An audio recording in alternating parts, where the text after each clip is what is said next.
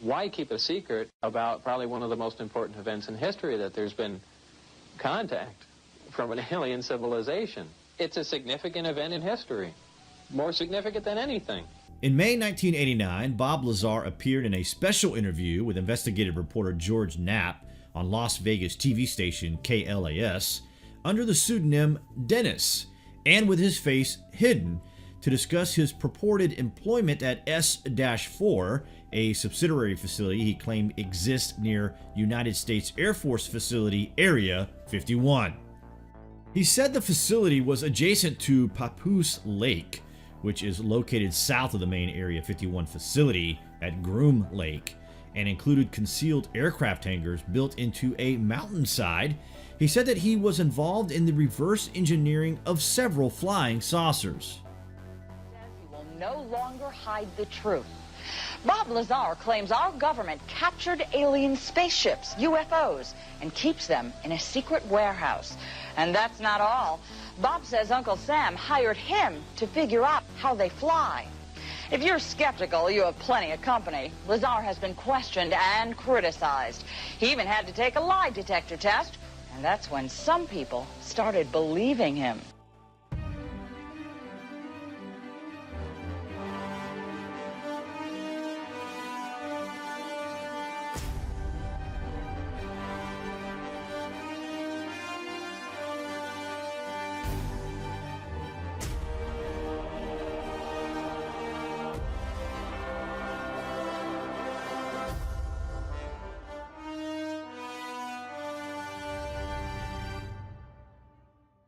He appeared under his own name and unmasked in a subsequent interview with Knapp in November. Lazar is responsible for bringing the secret test site Area 51 to the attention of the general public. He claims that the propulsion of the studied vehicles was fueled by atomic element 115 moscovium, which wasn't even discovered till 2003, and that this was used to generate gravity waves. He claims that he was given briefing documents describing the historical involvement by extraterrestrial beings, gray aliens, from a planet that orbited the twin binary system Zeta Reticuli with Earth for the past 10,000 years. Lazar's story garnered media attention and controversy and has some supporters. However, the majority of the scientific community remains skeptical. He claims to have worked as a scientist in the Meson Physics facility at the Los Alamos National Laboratory, and he has stated that his academic records were erased in an effort by the authorities to discredit his story.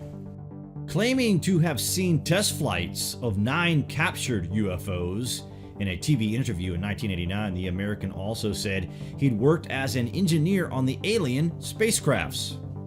Bob said there were 9 discs of extraterrestrial origin being tested and studied there.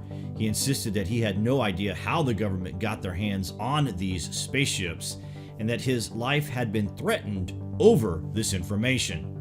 The US government denied the existence of Area 51 until a CIA document released in 2013 listed it as an aviation test site. In the documentary, Lazar claims the FBI raided his lab. He said, "At the risk of sounding paranoid, I do always have a suspicion that someone is monitoring me. It's something that is difficult to get out of my mind." Lazar's main gripes with the US government are consistent with the concerns he shared decades ago, that people are not just being robbed of the truth about extraterrestrial life, but of awesome technology that has the power to shift the entire world economy. In the on-camera interview, Lazar describes how he recalls technology that produces and controls gravity and uses it for propulsion. The American claims that this is a reactionless craft, and that instead of expelling something like air or exhaust, it creates a distortion in space and time in front of it, where space actually bends. Lazar says this technology couldn't possibly have been human-made. There's another civilization in existence that's intelligent that we know about, and we actually have artifacts from them.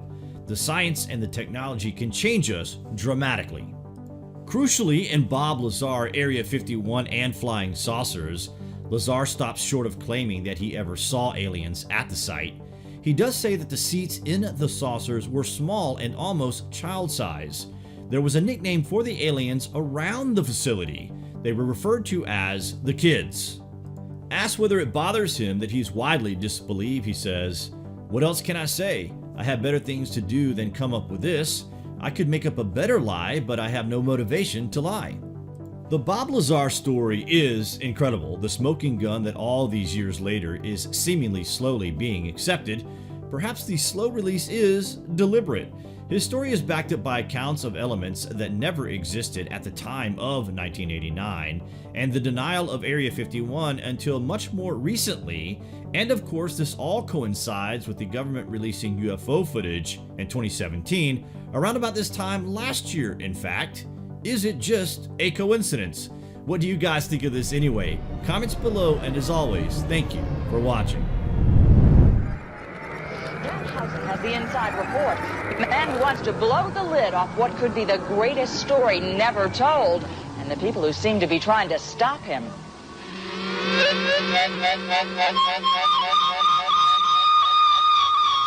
Strange lights over Las Vegas, within view of tourists and gamblers along the city's Casino Row. What are the odds these are alien spacecraft out for an evening spin? Or would you bet they're simply standard aircraft, or worse yet, some kind of hoax? Before you decide, take a look at another shot on this home video, where what does appear to be an aircraft strays into view along with the lights. Strange things like this have been appearing over the Nevada desert for years.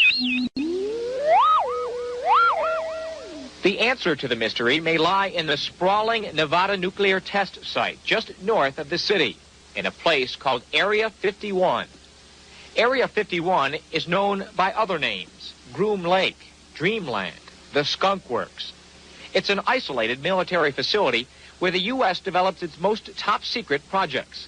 The U-2 spy plane was developed here. So was its replacement, the high-flying Blackbird, along with the current stealth aircraft and Star Wars. But there are some who believe these formerly secret projects are nothing compared to what's currently under wraps. Not too many people live out here in the remote sections of the Nevada desert, far from the lights of Las Vegas. But here, on the edge of the secret U.S. government test facilities, people have been seeing strange things for years. Some of them talk about it, a lot of them don't. But no one who has actually worked on the test site has ever talked about what goes on there. No one, that is, until now. They are actively and have in their possession alien spacecraft, and they are actively undergoing analysis. And flying them? And flying them. Bob Lazar is an engineer and physicist who says he worked on flying saucers for the U.S. government at Area 51. He drew these sketches of one of 9 different saucers he says the government has in a secret warehouse. Lazar gave the saucers each names according to their various shapes: Top Hat, the Sport Model, the Jello Mold. Called in to help figure out how they work, Lazar says the saucers are powered by an antimatter generator, fueled with an element which he says could only have come from another planet. They set up and produce their own gravitational field. Just as the Earth holds all matter down, they produce that same field, but out of phase, and it repels itself. The effects that can cause, the way in which everything operates is by all intents and purposes magic. I mean, it is so far beyond our level of technology. Now, before you toss Lazar on the pile with all the other UFO wackos, understand that he willingly agreed to take a lie detector test, requested and independently arranged by a Las Vegas reporter. Terry Tavernetti is the ex-cop who administered the test. If he's lying, he ought to be in Hollywood, because he gave absolutely no physiological indications of attempting deception. Lazar says he was referred to his government job by Dr. Edward Teller, the renowned scientist who helped develop the atomic bomb. But in a rare interview with Inside Report, Teller insisted he doesn't know Lazar, or at least doesn't remember him. I think it appears that someone's trying to wipe him out. George Knapp is the Las Vegas TV reporter who first aired Bob Lazar's amazing claims. He says he ran into unusual problems just trying to look into Lazar's background. Though Lazar claimed to have once worked at the Los Alamos National Laboratory, government officials denied they knew anything about him. But when Knapp came up with a phone directory listing Lazar's name, Los Alamos grudgingly admitted he had spent some time there. Officials at the hospital where Lazar was born even denied the simple fact he was born there, until Knapp tracked down the doctor who delivered Lazar. I find Bob to be credible, and the main reason is because the story hasn't changed. It's stayed from the beginning. It's been the same. It hasn't expanded like some of these UFO tales you hear. It's been the same. And we've been through a lot of different interview sessions, many on camera, many more off camera. And it stayed exactly the same, consistent. But even inside the community of UFO believers, there are many who are skeptical of Bob Lazar's claims. Nuclear physicist Stanton Friedman says Lazar may indeed be the real thing. But he says he can also believe Lazar might be a hoaxer, or worse yet, a government agent spreading false stories designed to cover more important secrets. I find Bob Lazar as somebody who isn't silly, who doesn't say totally stupid things, who comes across well. But I certainly, until I get verification, cannot endorse the legitimacy of what he is saying. Bob Lazar says he quit his job working on the government saucers when his bosses began harassing him because he was letting others in on the big secret. But now that others are greeting his claims with skepticism and outright hostility, he says he wishes he just kept his big mouth shut. Lazar says he never took the idea of breaking security lightly. He just wanted to let the world in on a story he says we all should have been told.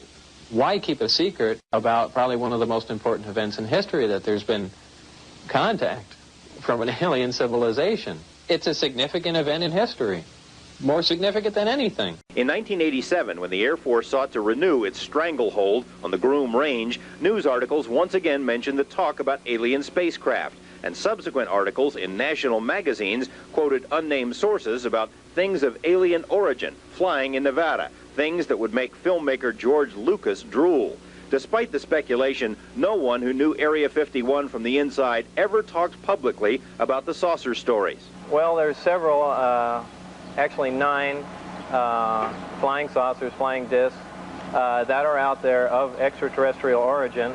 The live interview with the shadowy Dennis drew international attention. Portions were broadcast by radio in 6 European countries and in a nationally televised TV special in Japan.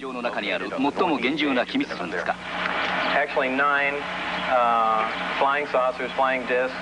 Despite numerous inquiries and feelers, Dennis has remained anonymous until now. His real name is Robert Lazar, a young scientist with eclectic interests. The choice of Dennis was an inside joke. He says that's the name of his superior at Groom Lake. It wasn't a joke to Dennis. He called right after and he said, "Do you have any idea what we're going to do to you now?" And I said, "Well, no." And he hung up the phone. Lazar's story is, by any standards, fantastic. He says he's telling it in order to protect himself. He says he was hired to work at an area called S4, which is a few miles south of Groom Lake. At S4, he says, are flying saucers, antimatter reactors, and other working examples of technology that is seemingly beyond human capability.